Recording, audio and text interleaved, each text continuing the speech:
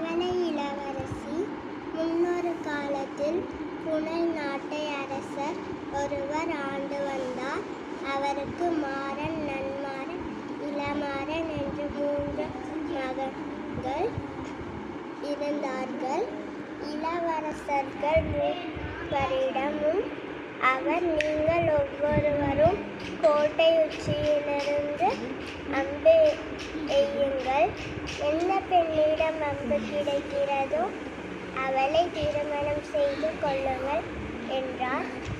மாறன் எய்ந்த அம்பு அமைச்சர் மகனிடம் கிடைத்தது. நன்மாறன் அம்பு படை தலைவர் மகனிடம் கிடைத்தது.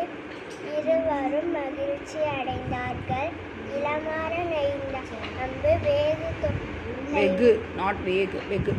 வெகு தொலைவு